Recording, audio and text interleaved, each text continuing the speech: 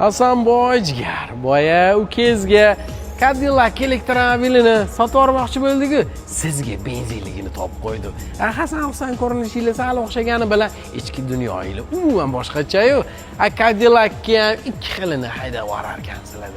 Hasan akaga tashab qo'ying. Cadillac Escalade tatiga 4900 yurgan, yengidek turgan, 2025-yil apparati 602 ob'yom. Mabodo taxoningizni bosib yuboraman deb yurgan bo'lsangiz, bu umuman boshqa daraja, bu umuman boshqa dunyo, boshqa status bu. Har bitta mana detallarini, sifatini ko'ryapsizmi? Mana ham yog'och qo'l detallari-chi. Mana yaqindan ko'ring.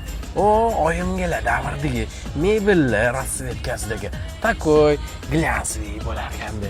Mashina absolutno yengidek 4800 yurgan. Yengisini hozir olaman desiz, amallab 195 mingga topasiz. Xabaringiz bo'lsa kerak. Lekin 4800 probeg uchun yengidek turgan mashina uchun 175 mingga bosvarsiz bo'ladi. 20 ming dollar yoningizga qoladi. Yana GMPLlarga 2-3 tasiga 3-4 ta mashina olib bera olasiz. Tarqatib tashlang Hasan aka o'zlariga bosib yuboring, ketib qoladi shoni. Telegramga qo'yaman. Telegramning o'zida normalniy spros bo'lib, mashina tez sotilib ketadi. Shuning uchun o'tib, podpisatsiya tashlab oling Telegramga.